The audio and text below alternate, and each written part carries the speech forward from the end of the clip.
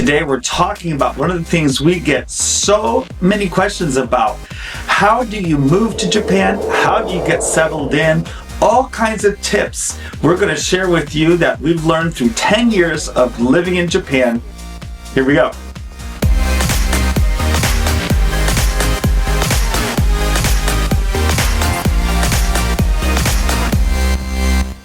If you're interested in either moving to Japan, coming here, we get lots of questions around these types of things. And so we thought it'd be great. Let's just make a video specifically about this.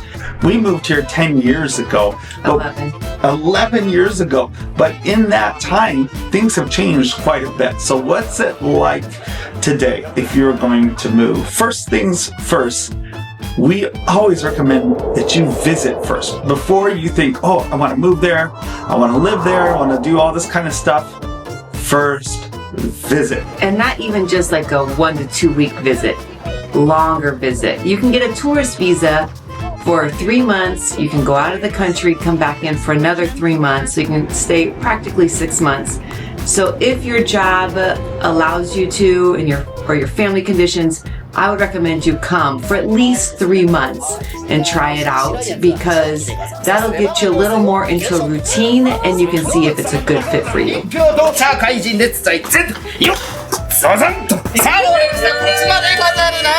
Yeah, you get to start using the trains, you get to start going around. If you want to be a student, maybe take some classes while you're here and just see what that's like. Because you may find, like a lot of people have, that you love it. But you may also find that this is not a good fit. Maybe I should change plans. Because just in general, living in Japan is way different than living in the West. And you will see that when you come here, and just what society is like, how life is like, it's way different. Okay, the second thing, if you're going to move to Japan long term, you really need to have a purpose for coming.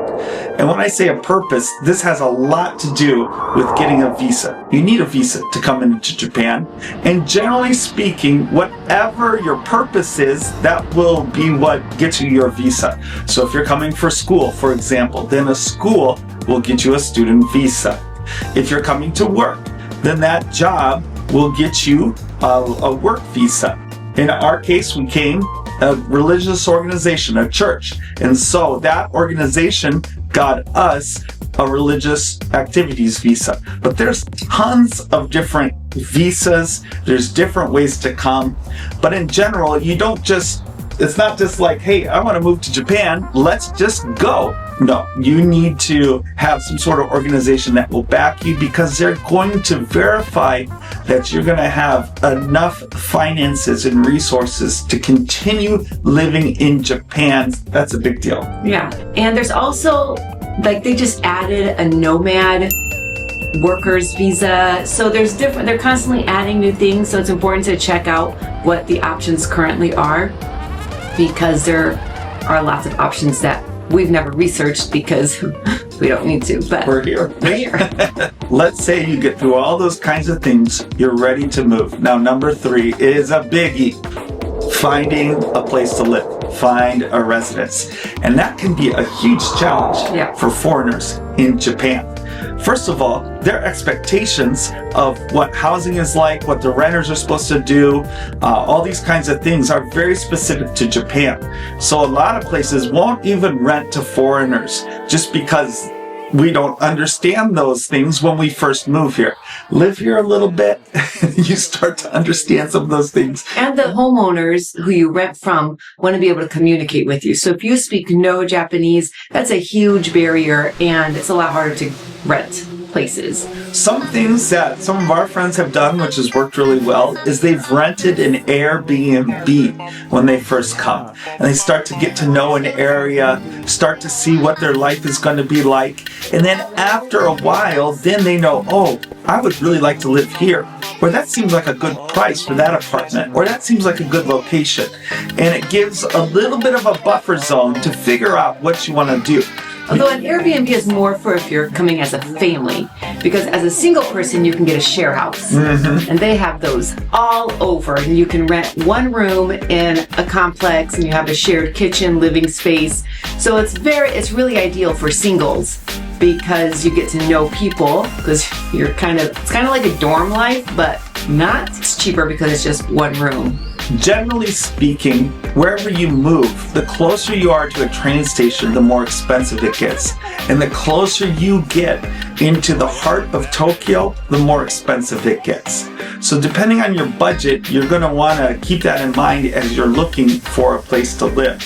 Also, where you're going to work, what kind of schools you want your kids in, like all those kinds of things play into that. One last big tip is they have wonderful English-speaking realtors here who can really help you navigate finding a place. We've used a number of them before, and it really helps, especially when you're first here.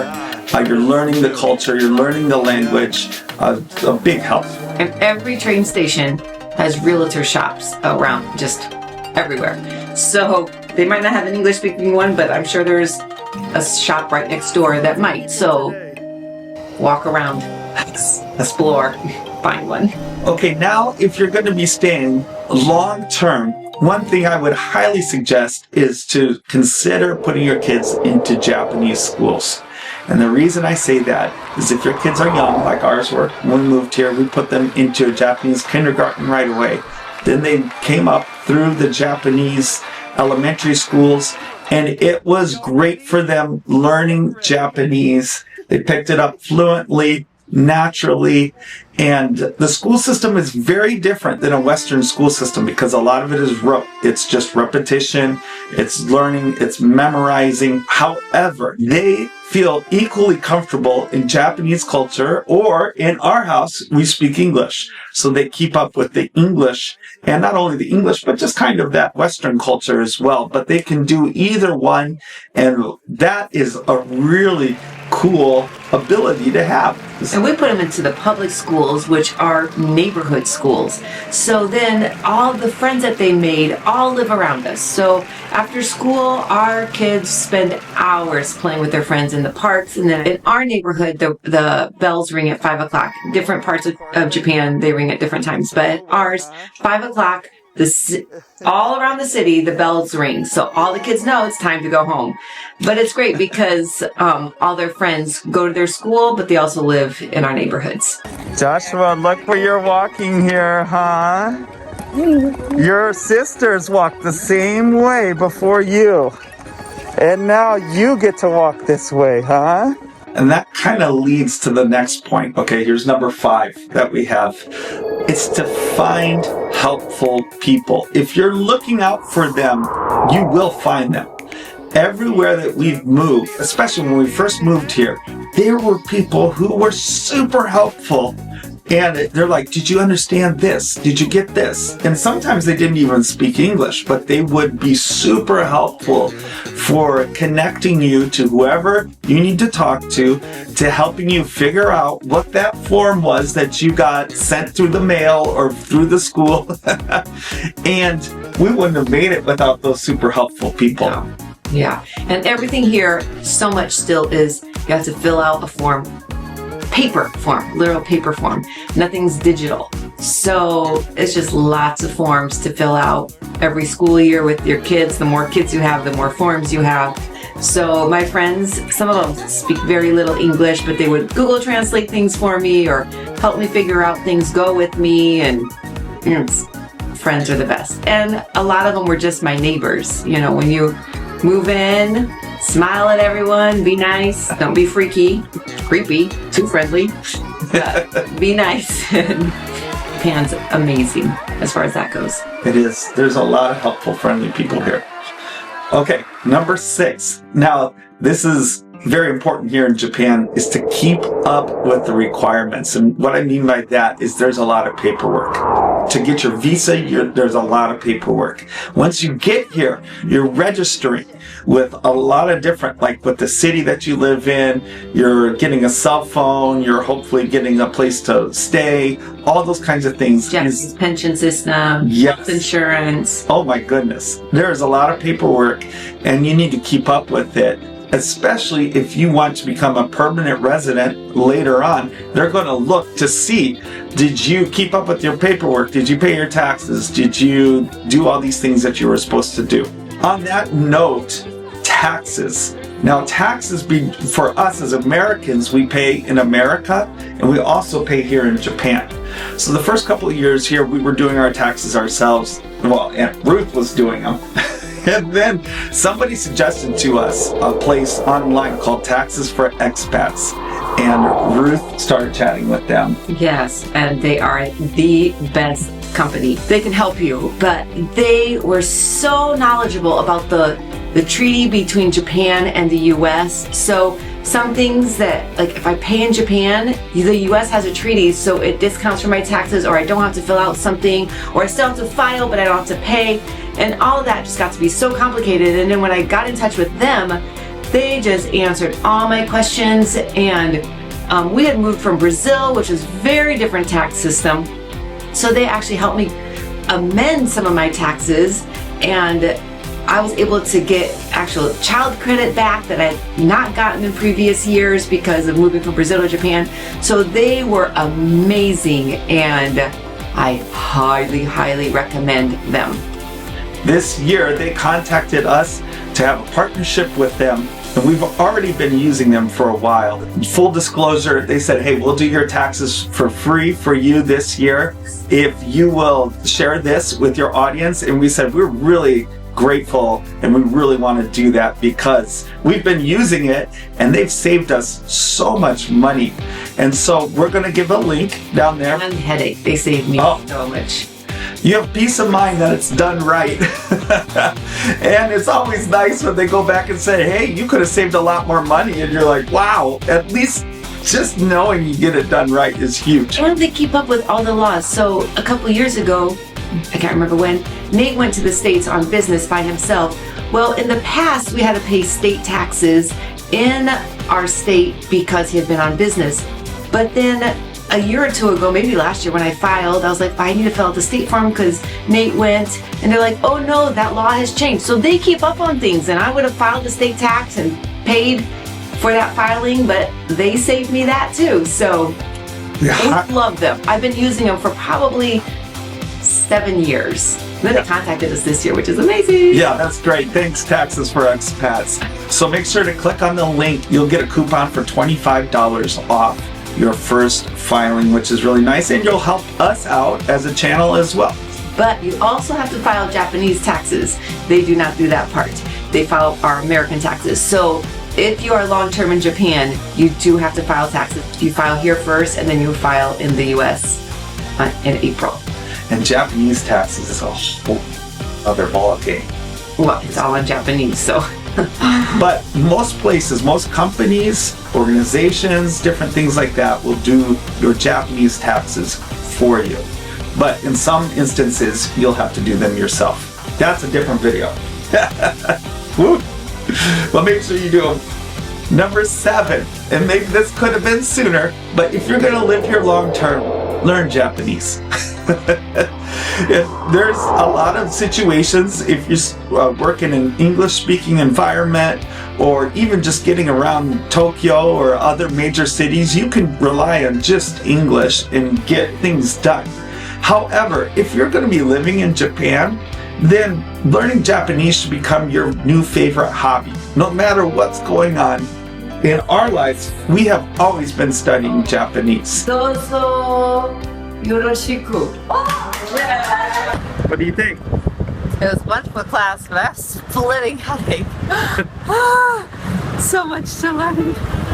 I've either gone to Japanese school for a couple of years, I've used apps, I've tried reading, I've watched shows. Like, we do all kinds of different things, and we make learning Japanese our hobby. It's like, okay, we like kanji, we like Japanese, you're gonna go for it. Sometimes it's a challenge, but you do make progress. The longer you're here, and if you keep at it, you get to fluency. Yeah, that's the goal.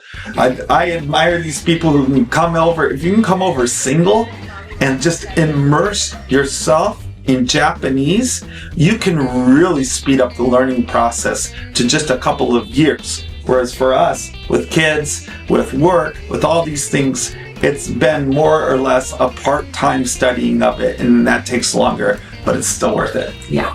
Number 8. Find your people. Now, what do I mean by find your people? Community is going to make or break you here in Japan.